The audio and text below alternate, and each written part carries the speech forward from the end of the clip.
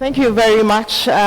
So for most part of global sports conversation, an ever-present force that define it through and through are the fans, and that is why we are here this morning. Beyond the cheer and also the jeer, they are the statistics and the evidence of the universal language of the sport that we speak. A very good morning, ladies and gentlemen. I welcome you once again to the World Football Summit here in the Kingdom of Saudi Arabia, and a special panel session that we're going to have this morning, leveling the playing field and tapping fun engagement-based partnerships in the Middle East and also Africa region, where I come from. So it's a pleasure to do this. My name is Juliet. I'm a broadcast journalist, presenter, producer with SuperSport, Africa's biggest sports TV network, and I have the honor to moderate this panel. I'll just go quickly round for us to introduce ourselves briefly. I'll start with you, Mounir. Thank you, Denise. Is my mic working? Yes. Sabah al khair. Good morning. Hope everyone's doing well.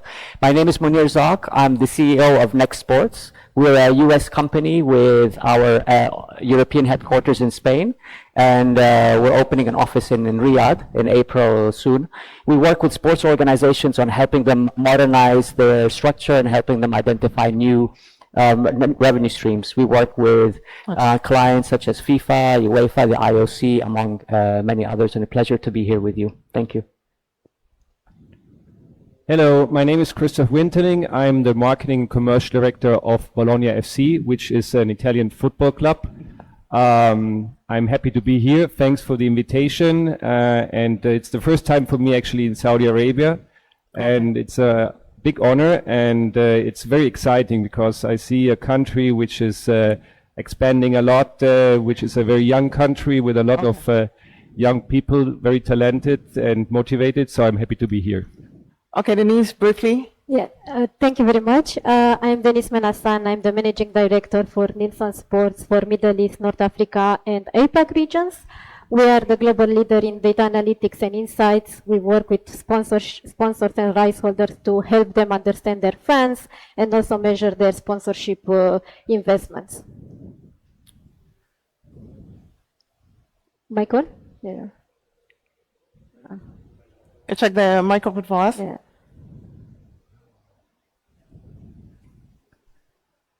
Okay, I think now it's working, right? Great. Assalamu alaikum wa rahmatullahi wa barakatuh.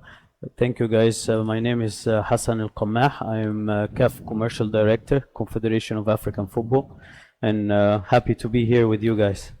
Right, thank you very much, and you're welcome as well. Let me start with you, Christoph, with what we are talking about, that is leveling the playing field and also tapping into fun engagement-based partnerships in the Middle East and Africa. And Christoph, in terms of a commercial fun partnership, you can see that Serie A has some catching up to do beyond its prime market, that is Italy. What do you think will be the perfect model for tapping into other markets, particularly the Middle East and Africa? Let me first tell you something about Bologna, the football club and its city, because I think not all of you know something about us. So Bologna FC is actually one of the most historical and also successful football clubs in Italy, with 7 national championships won. The club was bought 10 years ago from a Canadian businessman, which wants to bring back the club to its glory. We are currently 4th in Serie A, so we are on a good way to go back to Europe, which is our goal.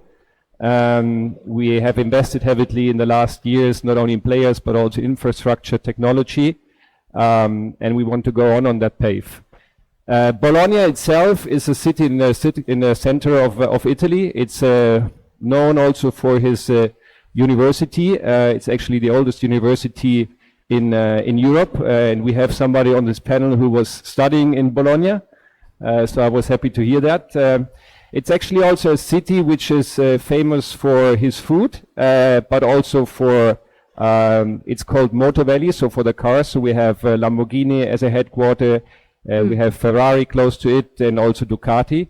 And all this should enable us to think also more globally, and that's the reason why we want to expand and why we're looking into the African and Arabic markets.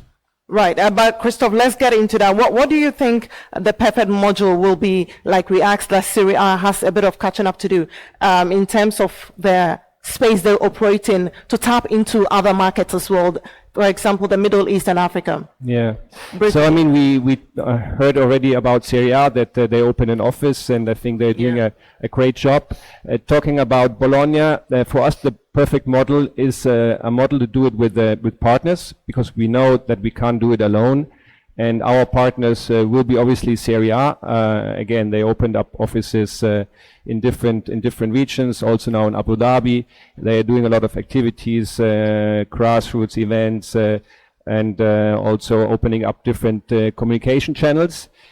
So we will work together with them, and we're looking also for the perfect partner on ground, because we know that before doing things, we first have to understand the market, we have to understand the fans. We have to understand the best way how to engage with the fans.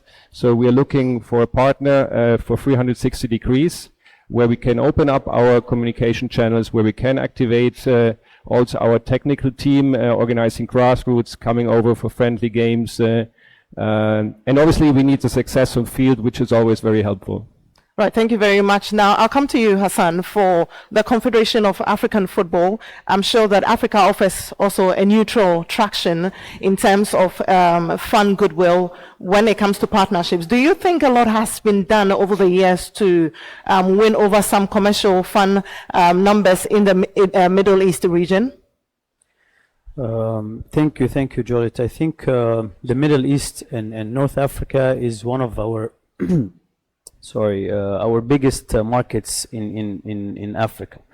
I think here we have Denise and Nielsen is always our reporting and research arm. The numbers are incredible in terms of reach in the Middle East. So that's why we are talking about last AFCON in 2021. We had over 500 million people watching our event. And I would say 30% of these people are in the Middle East and North Africa. And thanks to our main partner, BN Sports, they have huge coverage in this region. So building on that fan engagement is a key for CAF. And now in CAF, we are all about new innovative technologies and new ideas to bring fans, the African football fans, and I'm sure everyone knows it's one of the top passionate and most engaged fans all over the continent. So we are happy to take our product all over the region, and North Africa for sure is one of the top that we are willing to communicate more and more for sure. And I think it also comes down to its colorfulness when you see it at the stadiums. But just because you spoke about numbers, I'll bring in Denise. Denise, sports is a game of numbers, and we all enjoy the numbers and the figures after tournaments, after events. For what you do at Nielsen, how much of an importance is it that fans form the integral part of commercial decision making? Of course, is one of the most important aspects. Fans can be considered one of the biggest assets that rights holders have.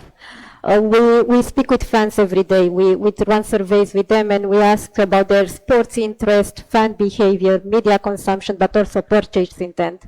And we see that fans in general are positive towards sponsorships and partnerships.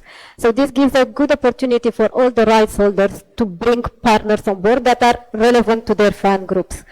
So it's very important for CAF, Bologna to understand and meet their fans and get to know them very well. Nowadays it's easier and easier with the digitalization. So you can ask questions about your ticket purchasers. The moment they purchase a ticket, you can try to get to know them a bit better. Distribute surveys, or actually take it to the next level where we've seen many examples here, launching apps backed by AI and gamification to be able to understand your fans and segment them based on their behaviors, and after that bring partners on board that are relevant for your fans. Bringing partners that are relevant for them means this will drive also their purchase intention, and this is actually what all the sponsors are looking to bring more, to tap into and find new consumers and revenue streams.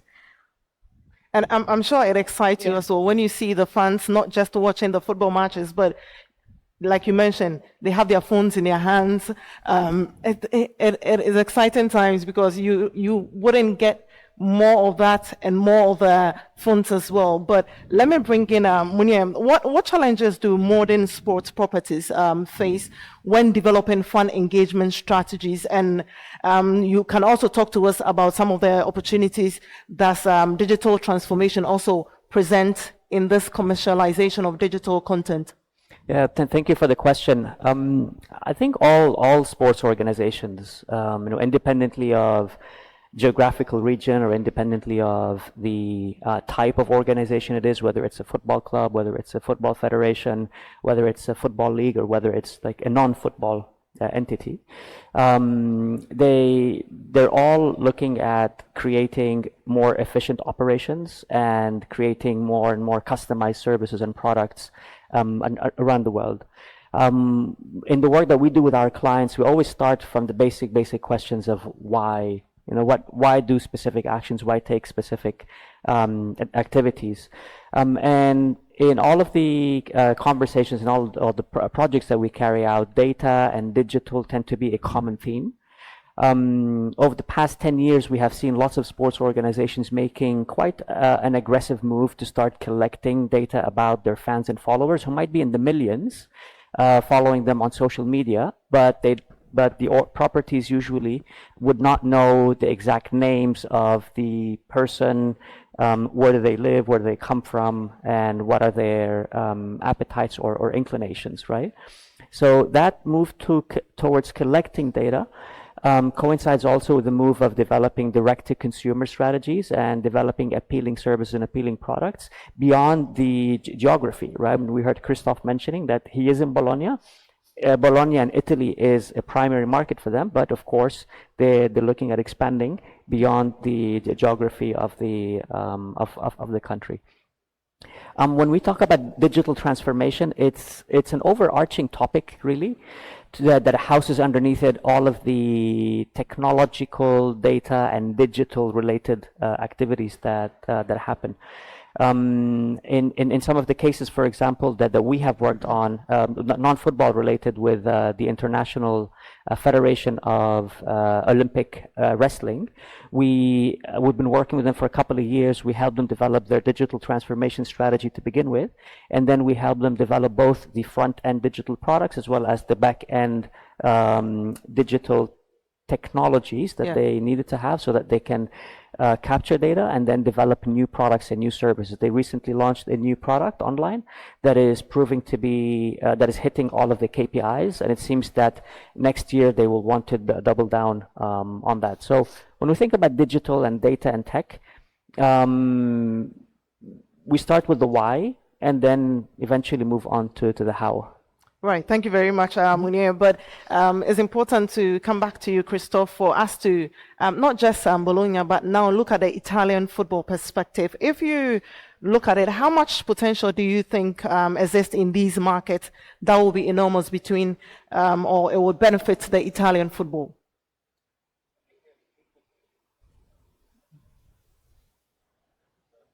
I think there's a big potential for Italian football. I mean, we spoke about the heritage, about the big players which played for Italian clubs in the 90s.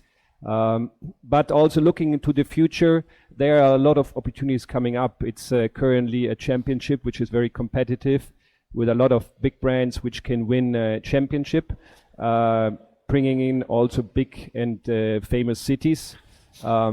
Now Serie A is producing a very nice video where they promote the country. So I think this is a very big asset as well. And moreover, when we build up now new stadiums, we will also monetize better the big fan culture, which is in Italy. So I think it's a very exciting moment. There's a lot of potential, and we want to bring this potential also into other countries. By starting opening up new offices, which Serie A did in the last years, with an office opening in New York, with an office in Abu Dhabi. They told us that they will also open up an office in Singapore and in Riyadh. So the international expansion of Serie A is going on. It was a need to do it. We started perhaps late, but now we're doing it and using all the potential we have. I think it can have only a success. And it's interesting as well because most of the players are also maybe players who played in Serie A are also being a part of it, and a chunk of them comes from Africa, and even where I come from, Ghana, with the likes of Suleiman Tari, Stephen Appiah, and so many others playing in the Serie A. So it's exciting. But Hassan, coming to you again, building an efficient fund partnership also means that the right structures must be laid for a governing body which is growing like CAF. How much of that is important in taking decisions? I think it's very important to realize, as you just said, that most of our players in the African continent are shining all over the world. So the top players you see in Serie A, in La Liga, and Premier League, we have a great pool of players that are making us proud as an African Football Federation around the world. That's why once when we started our commercial strategy, we wanted to use this big tool to engage more fans around the world. So now we are in discussion with Serie A, with La Liga, with our common partners to have common activations around our competitions, because it's very important to engage the private sector with the public sector as well. So giving you an example, Puma is one of our top sponsors, our new partners. Now we're going to make a nice activation with the Serie A and La Liga. We are discussing to activate that all over our competitions. We also brought the African Super Cup here to Saudi Arabia for the first time this year. And we are very proud of our MOU with the Saudi Football Federation, because also the African football has big potential to grow more and more in the Gulf and in the MENA region. So as you said, based on our research and data as well, which is we are always trying to analyze these data, we found that our fan base are interested in three main things other than football. And as you know, being from Ghana, music, fashion, and food. Yeah. These are the three main things that we are building our commercial strategy on. And hopefully we see you all guys in Ivory Coast in January for our biggest competition. Egypt fell with Ghana in the same group, so good luck for you guys. I knew you were going there. I knew you were going there, but we'll talk to Salah. We'll see what happens. So we are building our fan zones on these three pillars. We are excited to have 6 big fan zones in AFCON that will include fashion, food, and music, for sure football.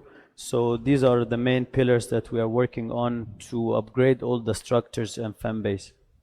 Interesting times ahead, but we can speak about Serie A and maybe African players making waves and not talk about Victor Osimhen, who is the reigning CAF Player of the Year and also helped Napoli win first trophy in over 33 years, I think. So congratulations to him as well. But Denise, for the uninitiated, for people who don't know, give us an idea how huge a market like the Middle East and also Africa region is, and why it's very important for us to have a conversation around fund-based partnerships.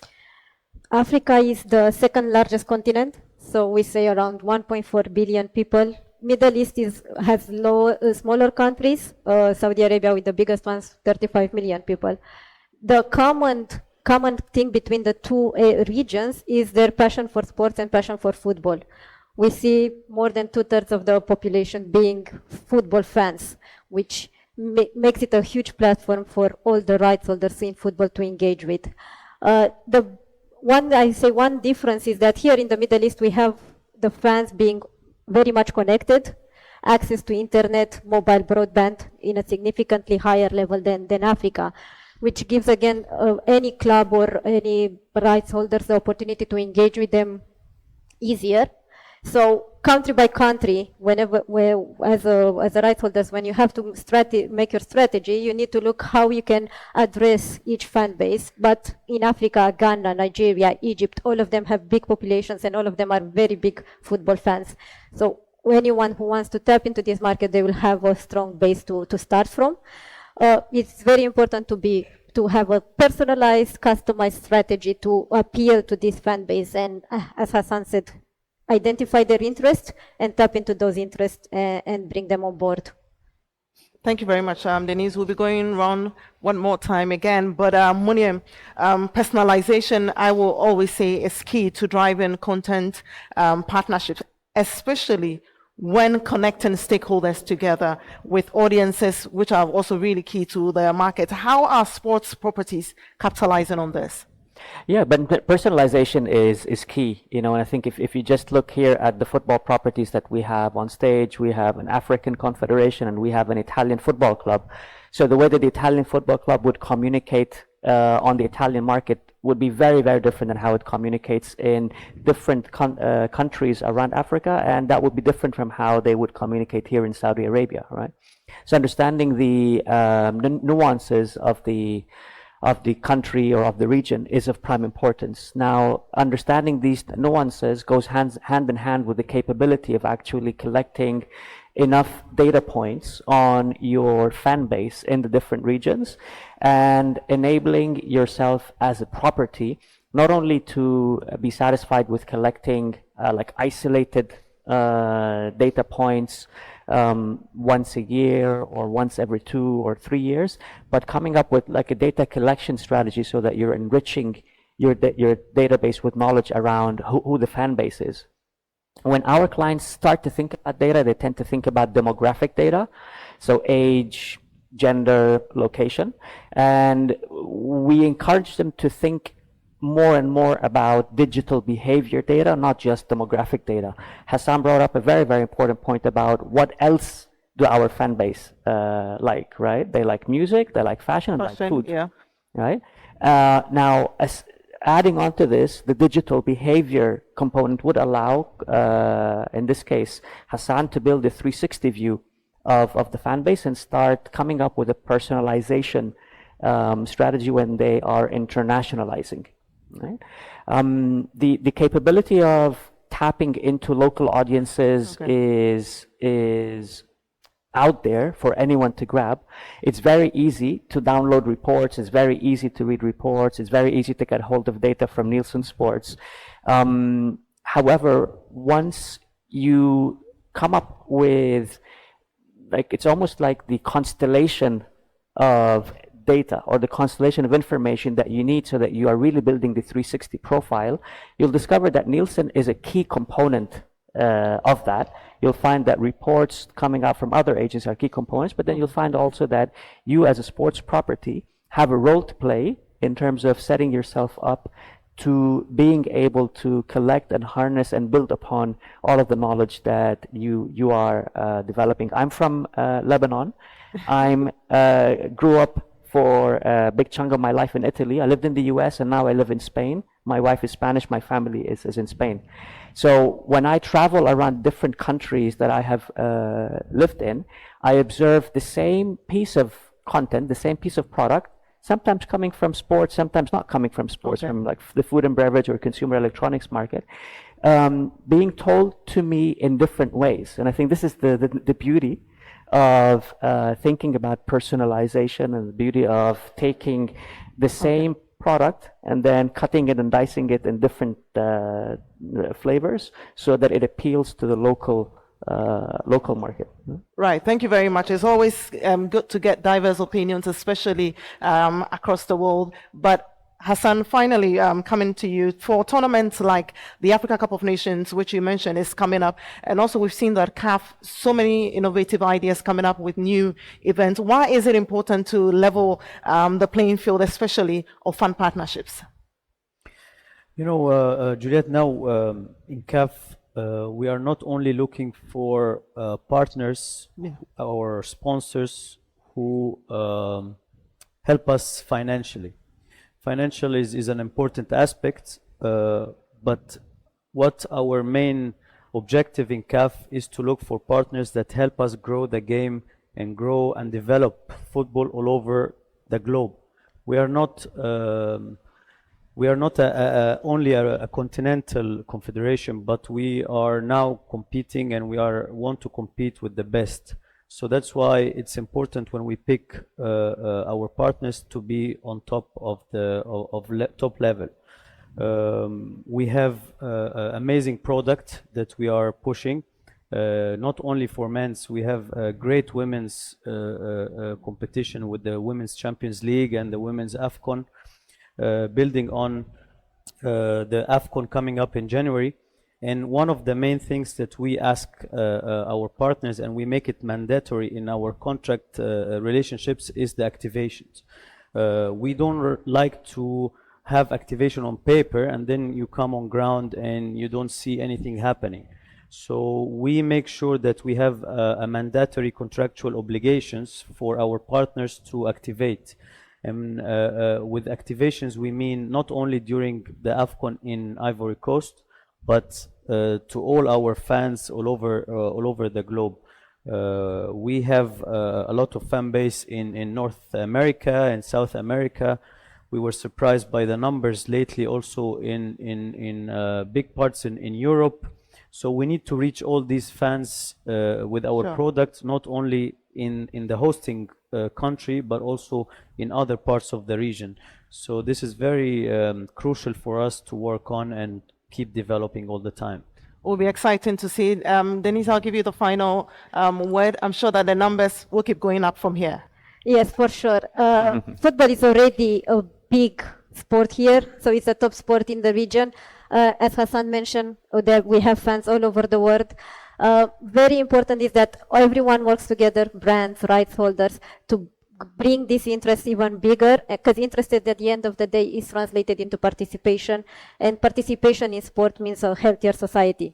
So again, a cooperation, like Hassan said, between rights holders, brands looking to activate, creating initiatives more than brand exposure. And we see that brands, again, they look for more than just placing their logo against near a goalpost. Nowadays, they are looking for sustainability, understanding more and more how to integrate sponsorship within their market strategy. So we have Mounir who can help all the rights holders and brands bringing together and reaching more than exposure and tapping into more fan engagement. Thank you very much, Denise. Christoph, your final thoughts? Yeah, I mean, it was very interesting to be on that panel and to share ideas, thoughts with you and the audience. Again, I'm happy to be here. I hope that we can make it in entering into this very interesting market, because I see a big potential. I see a young population, very, again, motivated, interested in growing. I was able to see the match yesterday, and I was surprised about the fan culture in the stadium. It was an amazing experience. So we are very much looking forward in stepping into this market, and I strongly believe in the market. Thank you very much, Christoph. And I'm sure Mounir will also have similar thing to say with even us watching the match yesterday at the stadium, over 50,000 fans, which I think is a record for a Club World Cup match. So I'm also excited to see, and hopefully we get to see that more. But certainly the conversation will go on, and the fans will always, as we say, be the center of it all. It is a very big ask, we know, but it's to continue to also level the playing field for a collective tapping into the potential that exists from the east, west, north, and south, like we all represent here. So thank you very much, Hassan. Thank you, Denise. Thank you. Christoph, thank you very much. And Mounir, thank you so much. you. My name is Juliet, and I've been your moderator here for this panel. Please give it up for them.